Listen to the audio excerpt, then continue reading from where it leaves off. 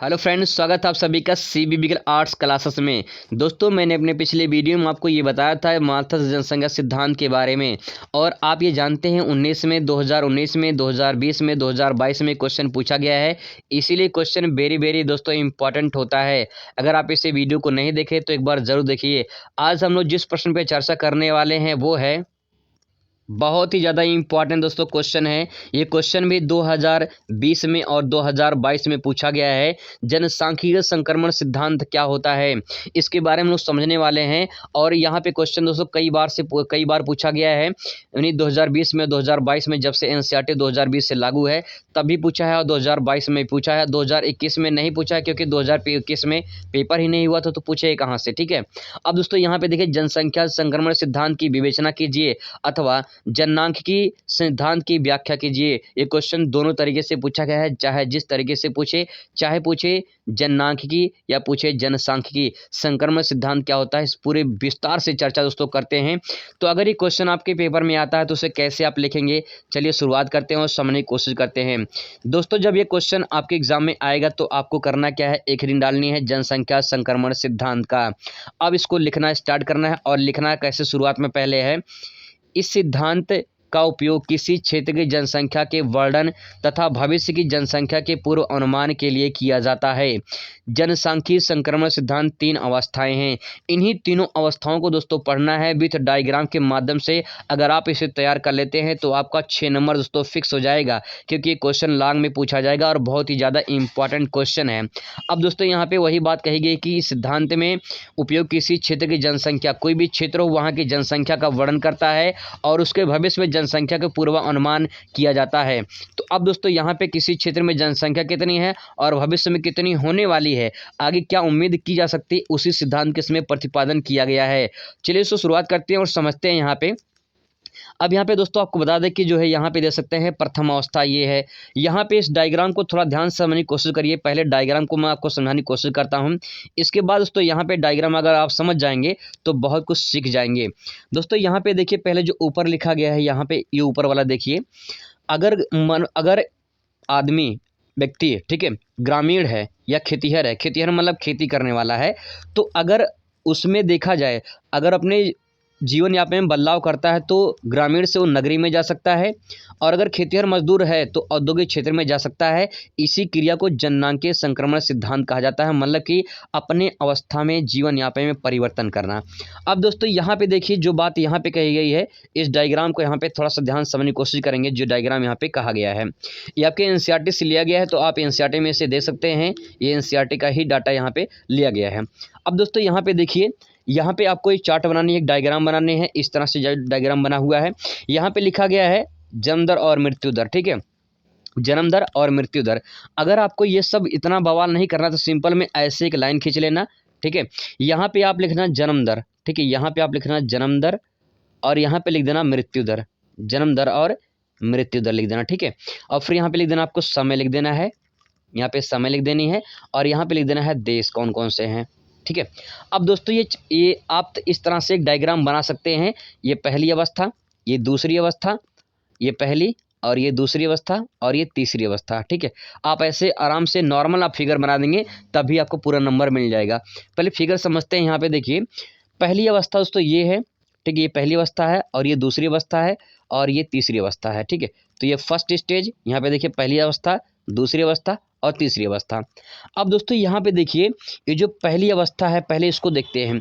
यहाँ पे देखिए, तो यहाँ पे जो डाटा लिखे है 15 लिखा हुआ है, यहाँ 35 लिखा है। यहाँ पे आप कुछ नंबर दे दीजिए, कोई ज़रूरी बात नहीं है कि यहाँ पे 35 और 15 ही लिखा जाए।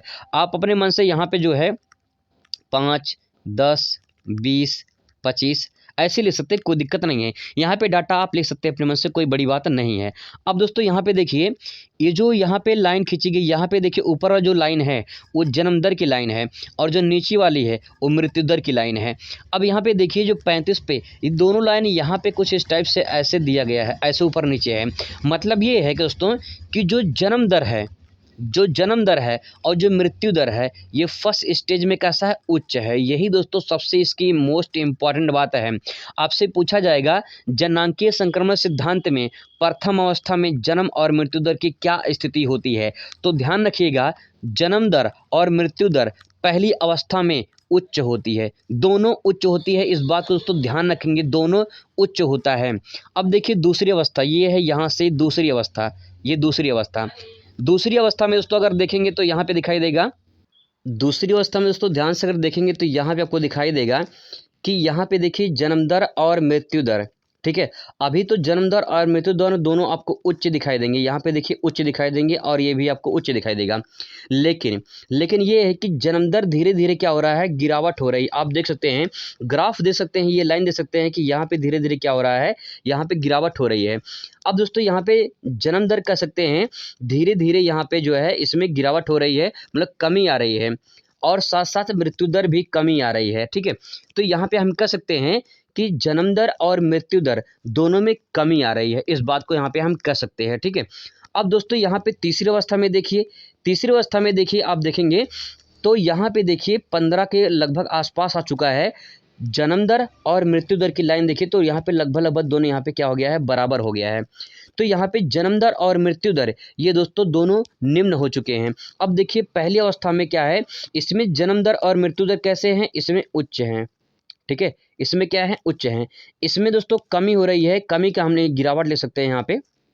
यहाँ पे क्या हो रहा है, यहाँ पे गिरावट हो रही है, गिरावट मतलब कमी हो रहा है धीरे धीरे। यहाँ पे क्या है, यहाँ पे निम्न है, यहाँ पे निम्न है।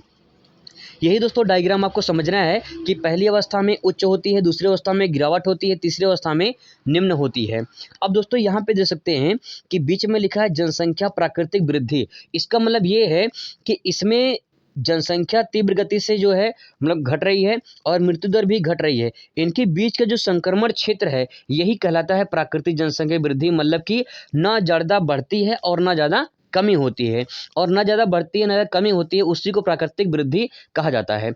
अब दोस्तों यहाँ पे देखिए, अगर बात करें प्राथमिक जो है पहली अवस्था में, तो पहली अवस्था में यहाँ पे अर्ध विकासशील देश आते हैं या अर्ध विकसित देश कह सकते हैं इसको। जैसे यहाँ पे बांग्लादेश लिखा गया है, बांग्लादेश वर्षा के वनों आदिवासी क्षेत्र जो होते हैं वो इस तरह से इस कैटेगरी के अंतर्गत आते हैं। अगर बात करें कि सेकेंड अवस्था में, दूसरी अवस्था में दोस्तों यहाँ पे विकासशील देश आते हैं। यहाँ पे दूसरी अवस्था में विकासशील देश आएंगे, जैसे पेरू है, श्रीलंका है, केन्या है। इसमें भारत, पाकिस्तान, इंडोनेशिया, श्रीलंका ये भी सब आ जाएंगे, ठीक है। लेकिन तीसरी अवस्था में इसमें दोस्तों विकसित देश आते हैं।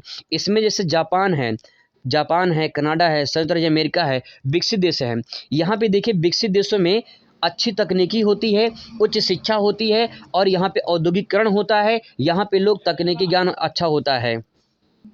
अगर दोस्तों ये पूरा डायग्राम आप समझ जाएंगे तो अब बहुत आसानी से आप इसको लिख सकते हैं, क्योंकि सारा खेल डायग्राम का है। अब इसके नीचे जो मैंने व्याख्या किया है वो एक्सप्लेन, आपको एक्सप्लेन यहीं पे दिखाई देगा, जो इसकी एक्सप्लेन आपको दिखाई देगा। यहाँ पे जो व्याख्या की गई है ये पहली अवस्था की है, ये प्रथम अवस्था की व्याख्या देखिए, देख सकते हैं। यहाँ पे पहली अवस्था की बात करें तो उसमें बांग्लादेश है, भूटान है, नेपाल है, ये सब आते हैं, इसमें देश आ जाएंगे जो तकनीकी रूप से पिछड़े होते हैं। मैंने बताया था आपको कि पहली अवस्था में जो होते हैं, जो देश होते हैं, ये तकनीकी रूप से पिछड़े होते हैं। अधिकांश जनसंख्या कृषि कार्य में लगी होती है और अधिकांश जनसंख्या अशिक्षित होते हैं। यही कारण होता है कि इसमें जनसंख्या तीव्र गति से बढ़ती है और मृत्यु दर भी तीव्र गति से इसमें बढ़ती है। तो जन्म दर और मृत्यु दर उच्च होता है। इसमें जीवन जो प्रत्याशा होती है वो निम्न होती है। जीवन प्रत्याशा का मतलब दोस्तों ये होता है जीवन जीने की प्रति आशा। मतलब सिंपल सी बात ये कहें कि जो मनुष्य की उम्र होती है वो अधिकांशतः कितना जी सकता है, 80 साल तक, 90 साल तक कितना जी सकता है, वही जीवन प्रत्याशा होता है। मतलब कितना आदमी जी सकता है, ठीक है। अब दोस्तों यहाँ पे जो सबसे मोस्ट इम्पॉर्टेंट पॉइंट है जो आपको समझना है कि प्रथम अवस्था में मृत्यु दर और जन्म दर कैसा होता है। तो यहाँ पे देखिए प्रथम अवस्था में उच्च जन्म दर होता है और उच्च मृत्यु दर होता है। ये क्वेश्चन तो आपसे बहुविकल्प में भी पूछ सकता है अलग से, इसलिए इस बात को मैंने हाईलाइट कर दिया है और अलग कलर से लिख दिया है ताकि आप इसे आसानी से समझ पाएँ। अब दोस्तों देख सकते हैं दूसरी अवस्था की बात करें तो इस अवस्था के प्रारंभ में जो है उच्च जन्म दर होता है, लेकिन समय के साथ साथ घटती जाती है। मैंने बताया था यहाँ पे डायग्राम आप देख सकते हैं कि यहाँ पे समय के साथ साथ क्या हो रहा है, यहाँ पे समय के साथ साथ यहाँ पे गिरावट हो रही है दूसरी अवस्था में, ठीक है। यहाँ भी मृत्यु दर में भी गिरावट हो रही है। वही बात दोस्तों यहाँ पे एक्सप्लेन लिखा गया है। मैंने आपको बताया था कि अगर आप डायग्राम समझ जाएंगे तो आप आसानी से इसको कर पाएंगे। अब दोस्तों यहाँ पे देख सकते हैं कि मृत्यु दर में तीव्र गति से गिरावट आती है। इसमें विकासशील देश आते हैं जैसे Bharat, Pakistan, Indonesia, Peru, Kenya, Sri Lanka, ये सब इसमें आ जाते हैं। अब दोस्तों यहाँ पे दूसरी अवस्था में जो सबसे इम्पोर्टेंट पॉइंट है कि जन्म दर और मृत्यु दर में क्या होती है, कमी होती है। धीरे धीरे डायग्राम जो है इस तरह से आपको गिरावट देखने को मिलेगी। अब दोस्तों बात करते हैं यहाँ पे तीसरी अवस्था की। तीसरी अवस्था में देख सकते हैं इस अवस्था में विकसित देश आते हैं। विकसित देश जो तकनीकी रूप से शिक्षित, मतलब कि यहाँ पे देख सकते हैं कि जो शिक्षित होते हैं, जागरूक होते हैं, तकनीकी रूप से उच्च होते हैं, स्वास्थ्य और शिक्षा जो है यहाँ पे अच्छी सुविधाएं होती हैं। तीसरी अवस्था में जन्म दर और मृत्यु दर में कैसे होते हैं, निम्न होती है। तो ये तीनों पॉइंट जो है बहुत ही इंपॉर्टेंट होता है। इसके बाद दोस्तों बात करते हैं संक्रमण क्षेत्र की। संक्रमण क्षेत्र वो क्षेत्र होता है जो मैंने आपको प्राकृतिक जनसंख्या वृद्धि के बारे में बताया था। विकसित और विकासशील जनसंख्या के बीच की अवस्था होती है। इसमें होता क्या है, इस अवस्था में जनसंख्या वृद्धि अधिक होती है, जबकि बेहतर स्वास्थ्य और चिकित्सा सुविधा कारण मृत्यु दर में कमी आती है। इसी कारण से संक्रमण काल जनसंख्या विस्फोट से जुड़ा हुआ है। तो जनसंख्या विस्फोट संक्रमण काल से जुड़ा हुआ है, अर्थात ये कहें कि जो यहाँ पे जो विकासशील देश होते हैं, जो विकसित देश होते हैं, इनके बीच का जो क्षेत्र होता है उसी को संक्रमण क्षेत्र कहा जाता है, जिसमें प्राकृतिक जनसंख्या बढ़ती है और कभी कभी ऐसा होता है कि जनसंख्या विस्फोट होने का भी चांस होता है। तो ये जो क्षेत्र होता है संक्रमण क्षेत्र होता है। तो दोस्तों ये रहा पूरा का पूरा अपने आप में जनसंख्या जो जनांकीय संक्रमण सिद्धांत। अगर आप पूरा डायग्राम समझ जाएंगे तो आपको आसानी हो जाएगी लिखने में, और आप 6 नंबर दोस्तों अगर पाना चाहते हैं तो इसे तैयार कर लीजिए, क्योंकि क्वेश्चन बहुत ही इंपॉर्टेंट है। आपसे मुलाकात दूसरे वीडियो में, तो खुश रहिए, मस्त रहिए और ज़िंदगी में स्वस्थ रहिए। धन्यवाद।